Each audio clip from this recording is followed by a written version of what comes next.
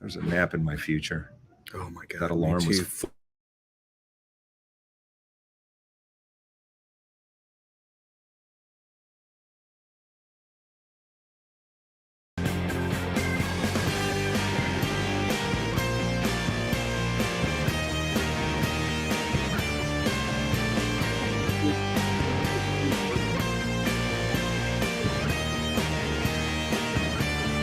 all I know.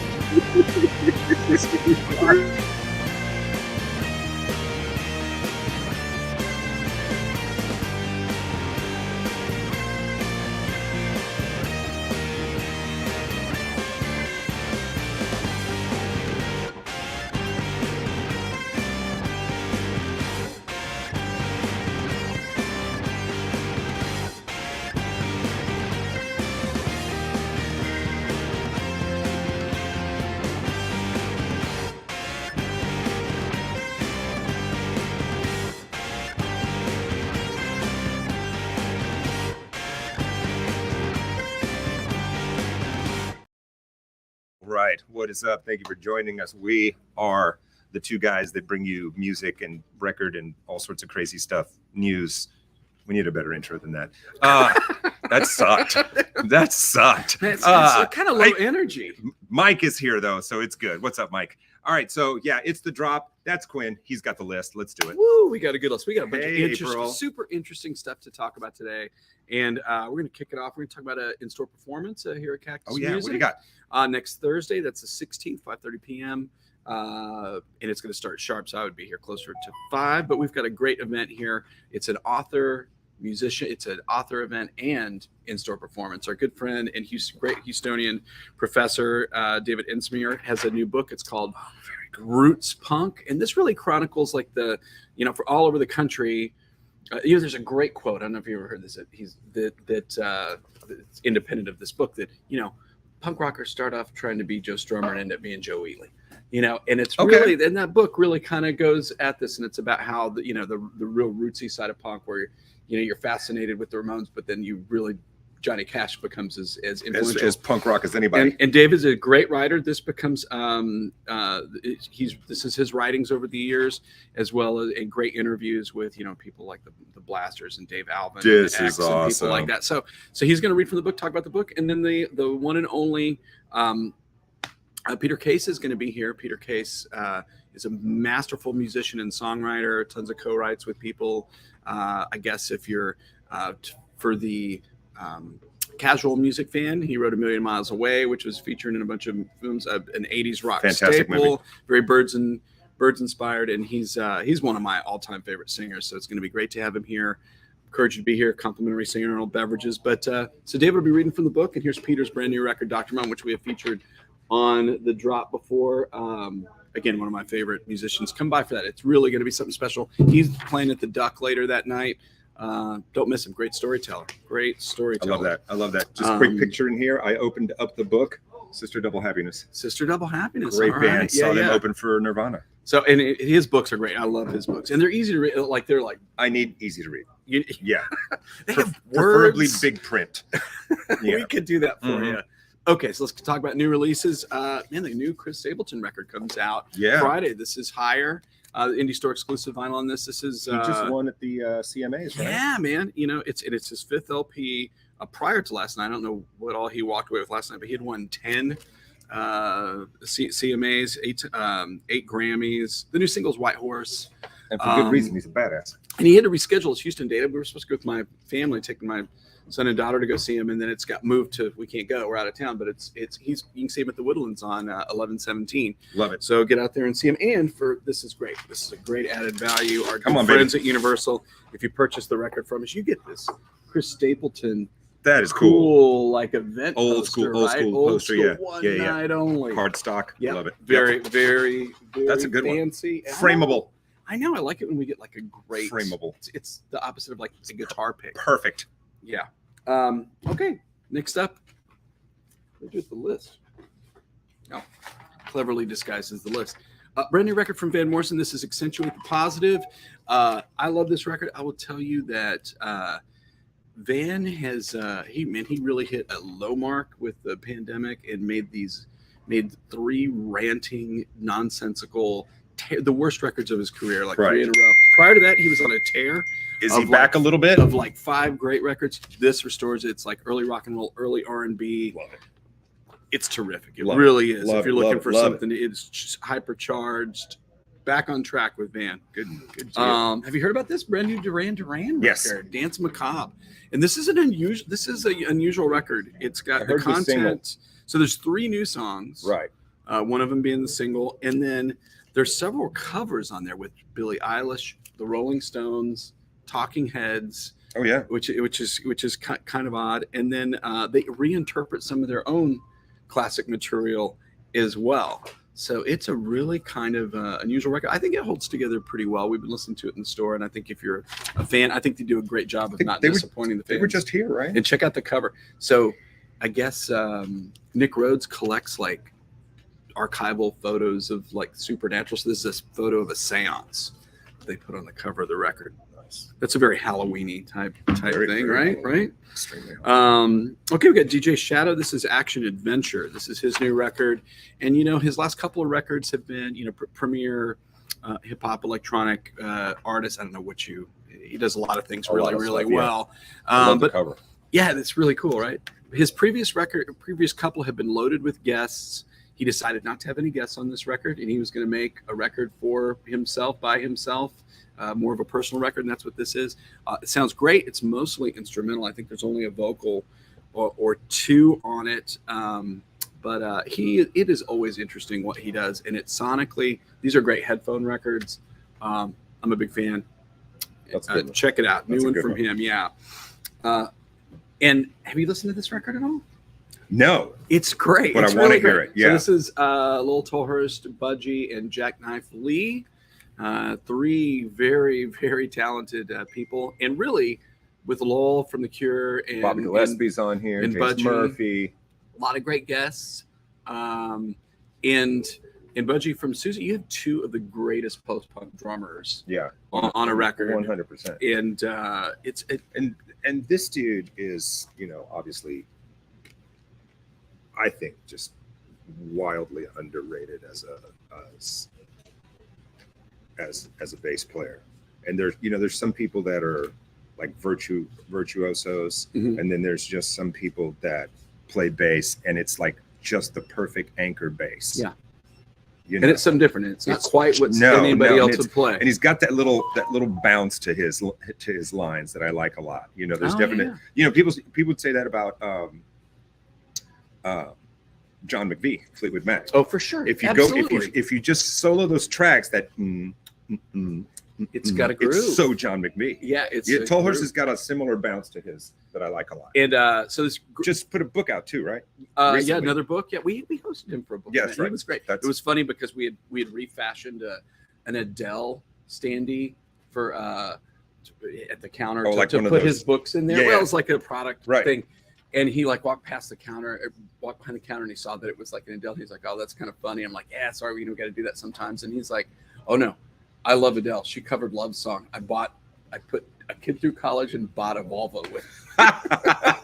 Good for him. Yeah, Royalty So- checks, baby. absolutely. Hell yeah. Get mailbox money. Mailbox money is the best money. Okay, we're bringing it back to Texas artists here. This is Owen Temple. This is Rings on a Tree. I don't know a lot about Owen. So Owen took 10 years off to do what people do and raise kids and have a family and everything. Try But to he make is- some money. Yeah, he is a really terrific singer, and he was never like on the A list of all like the Red Dirt guys because that's not him. Right. He's way folkier. Always liked his records. He's got a terrific voice. Really cool. And this is a strong record. He's got a co-writes here with Kelly McWee, Jamie Lynn Wilson, Walt Wilkins, Hal Ketchum, who the record's dedicated to.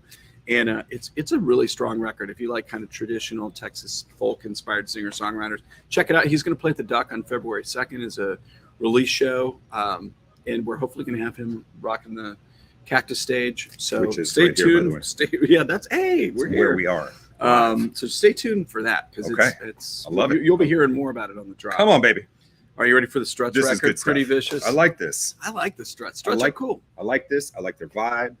So they're huge in the UK, right? Yeah, yeah. They're monsters here, over there. Here they haven't clicked as much, but man, it's straight ahead, killer rock and roll, super kind of glammy and They did the big national, was it like GMA or something? You know, when they had the bands outside and all the people are just, or is it Today Show? I don't know which one of those. But I was turning on I was off that day, and I turned on the TV. I'm like, the Struts on.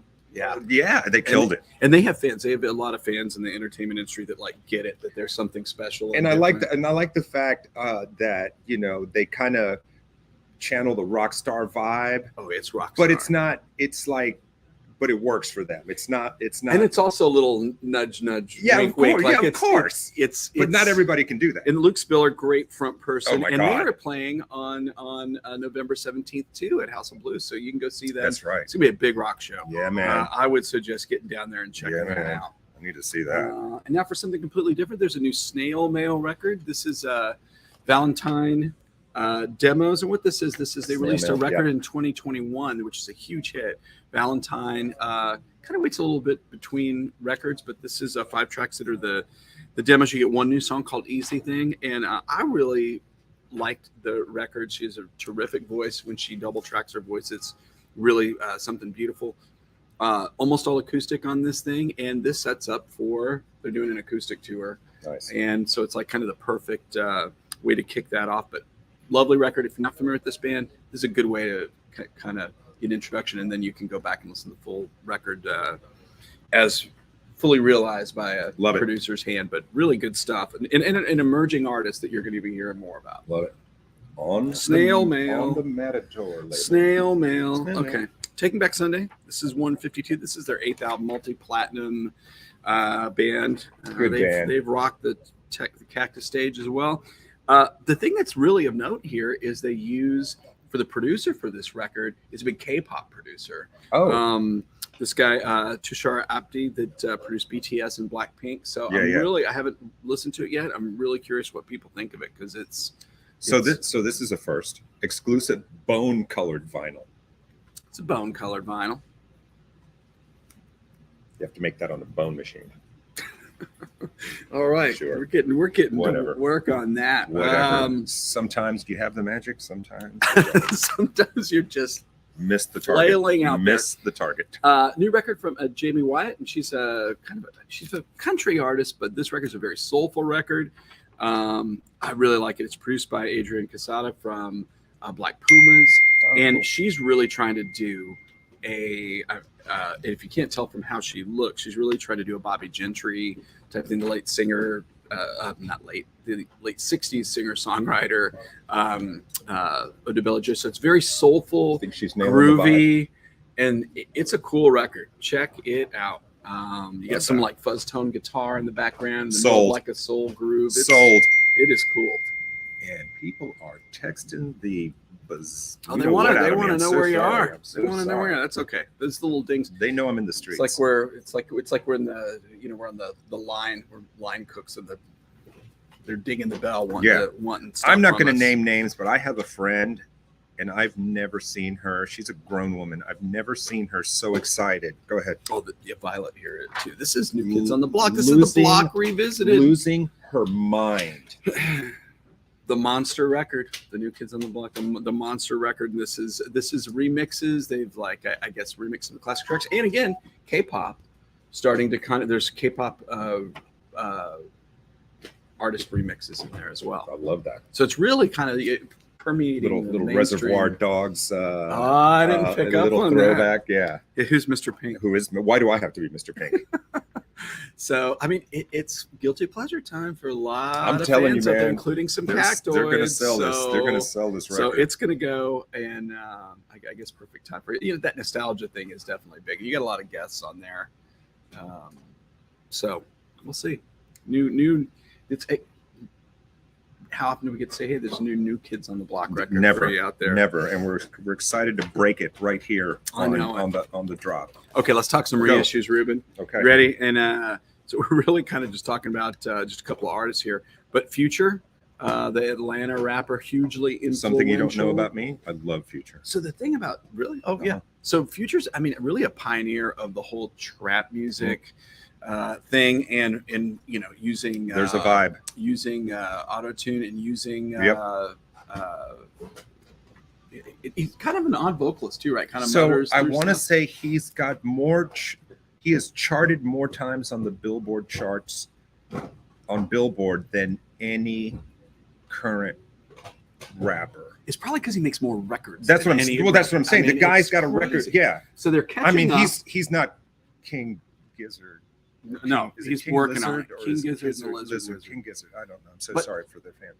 I apologize. So they're catching up to him because with this we've been talking about increased pressing capacity in the United States. Yeah. So stuff is available. So this is just like the first little batch of Look at this. future records that are Okay. coming available again, and they're selling as quickly as they come in. I mean, he's got tons of fans, and this is really the big record, the DS2 record. Now they branded him as part of Hip Hop's 50.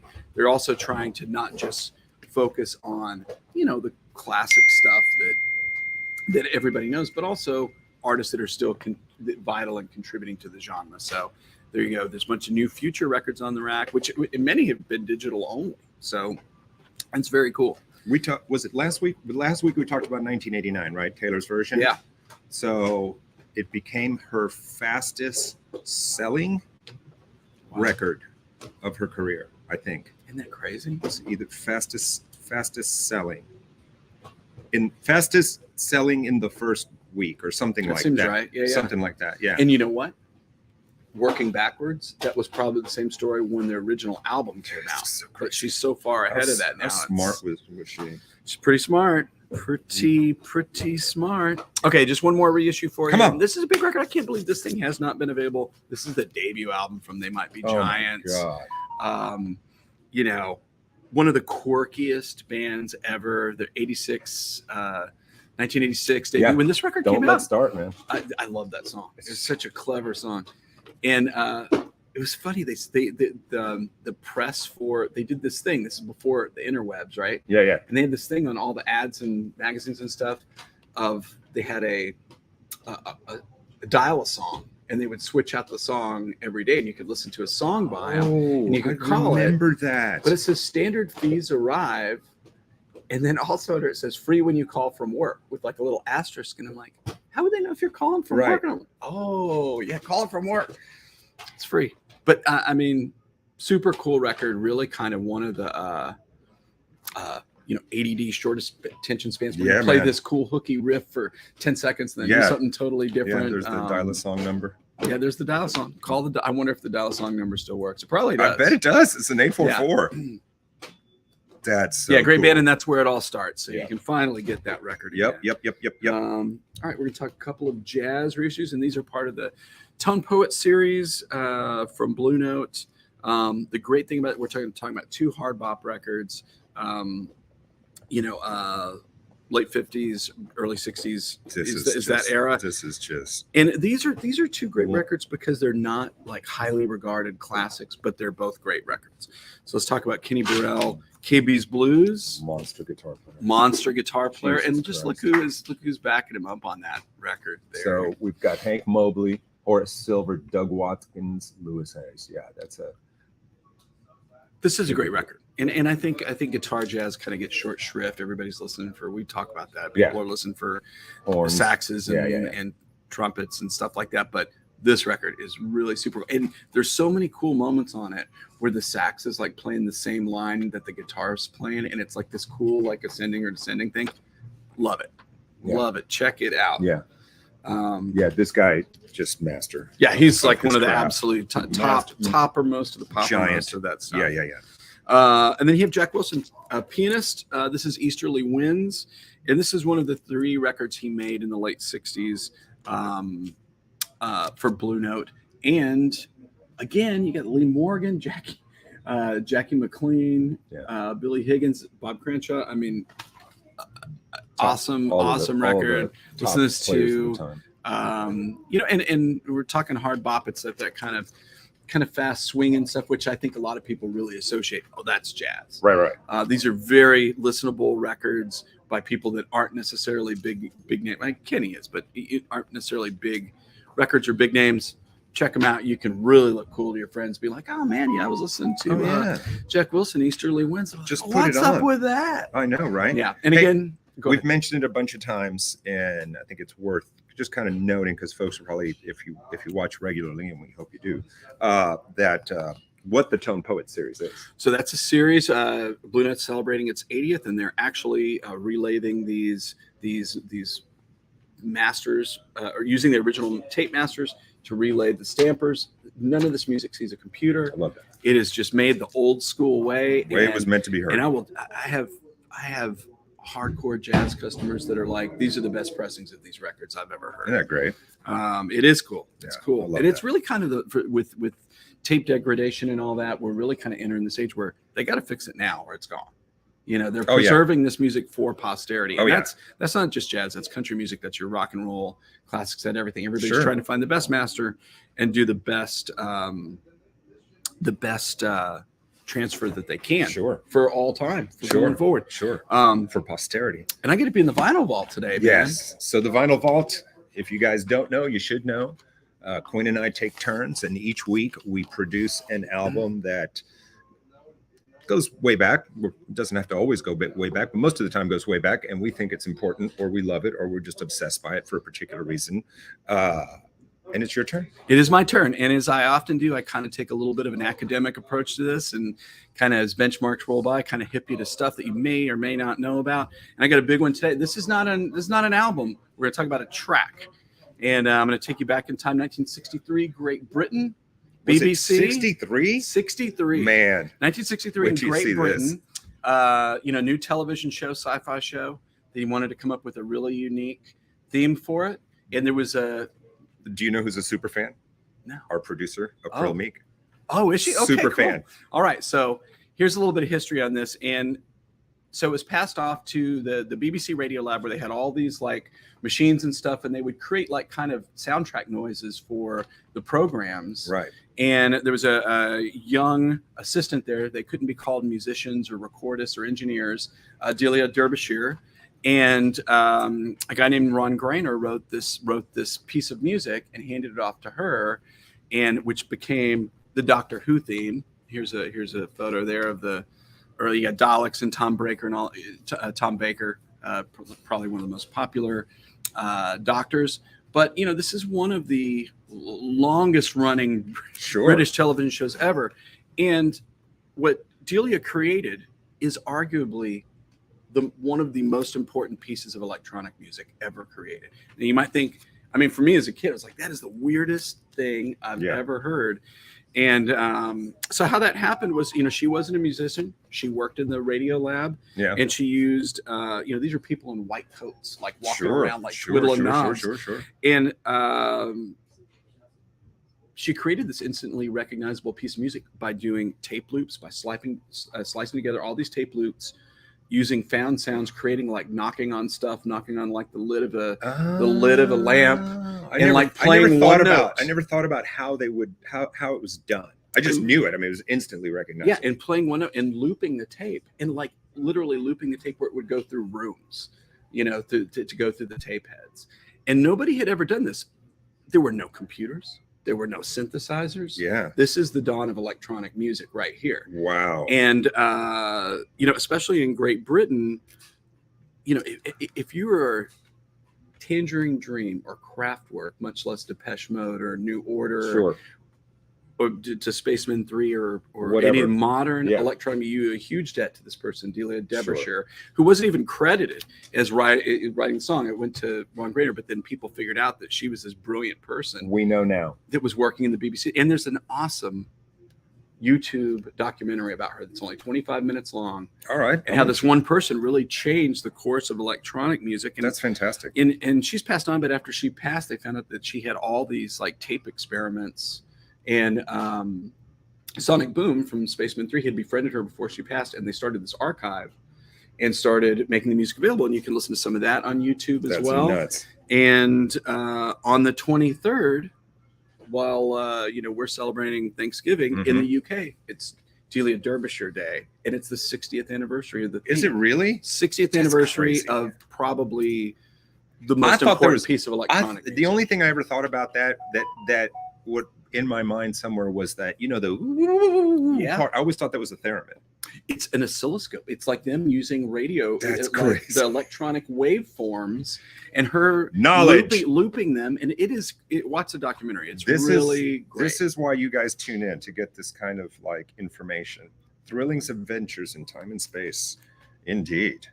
Good vault, man. One track, Dude never disappoints. But there you go. The less is more. The dude never lessens. Okay, so we got a few minutes left. So, Quinn, I'm going to tell you what I've been hearing. You can tell me what I've been hearing. Okay. The people on social media that are calling the new Beatles song not a real Beatles song. There's a lot of that going on. And like, I always love it when people that maybe don't really have a clue about what they're talking about are very, very passionate to really push that point. Yeah. And it's like, and a friend of mine, we were having this conversation, Jim Veal and I were having this conversation. He said, I had to stop this guy. And I had to tell him, is Paul McCartney on it? Is John Lennon on it? Is Ringo on it? Is George on it? Yeah. And it was supposed to be a Beatles song. So, and it was prepared for the third anthology. There was going to be a new track for each one of those. And let's get this right here. There's a narrative out there that basically AI was used to recreate John's voice or to write the song or whatever. No. This thing was pretty much already done. What tripped it up was two things. George did not like it, didn't like the track. He thought it was beneath them, which, I mean, that's a matter of opinion. Sure. And two, they could not, technology didn't allow them to separate, because it was from a piano demo, John's voice from the piano. Right. Well, Peter Jackson has figured this out through the movie technology. Great director, movie maker. And that's where the AI was used to separate it so that they could fix this track and make it available. There's a video on YouTube that Rick Beato does, and just look him up, Rick Beato, Beato. And he's sitting in his studio and he ISOs the tracks for you. So he plays it as it was, and then he plays you the isolated piano and the isolated vocal. And this is impressive technology, by the way. This is incredible because it's flawless. Yeah. And so in my book, it's a Beatles song all the way, 100%. It certainly is. It's a song was written by John Lennon. I just want to, you got to, like, anybody starts on the whole, AI created a new Beatles song. That's so wrong. No, AI was used to separate the piano from the vocal. It's like if somebody just invented a better guitar tuner. Yeah, that's a great analogy. I personally think it's great. It's super enjoyable. Does it stand with their greatest compositions? No. But this is unfinished business. It's great that it exists. If you're a fan, you'll love it. And if you're somebody that likes to, go down the hypercritical trail. And if you're a troll, you won't. Yeah. So there you are. No offense to trolls. No offense that are watching and about to. I think it's cool. Chew me up on social media, but that's okay. Here it comes. Here it comes. Yeah. I'm waiting for it. When's this thing going to start dinging? Yeah, maybe later. So anyways, next Thursday, Cactus. I love it, man. I love it. Ease by, enjoy a cool St. Arnold with us before. God, I love the St. Arnold. The Thanksgiving craziness starts happening. And then, you can see a short performance by our great friend, Peter Case. And then you can also hear our friend, fellow Houstonian, Dave Ensminger, talk about the roots, or punk roots. Support your local artists and writers and journalists and people, and buy a book, man. And next week, this is a good gift. Yeah, it sure is. It's a great gift. And man, you know what? Next week we get to talk about Black Friday Record Store Day. Oh man, Black Friday titles. There's some cool stuff. People don't waste your time. Don't waste your time standing in line for a free television. Come here. Oh yeah, and the vibe here, much better, is going to end the. And it's indoors. And the price of barley beverages is just right. Amen, brother. Amen. Those are all the things that I love. All right, guys, that's wrapping it up for us. Thank you for being here. As always, if you want to catch it later, go to the Fox 26 YouTube channel. Share it, like it, hit the button. That helps us, makes our robot overlords happy. We'll see you next time. Peace. We're out. You got to hit the button. I do have to press the button. I think you have to wait a second, though. Mm-hmm. There's the button. Ready? I'm ready. Bye bye.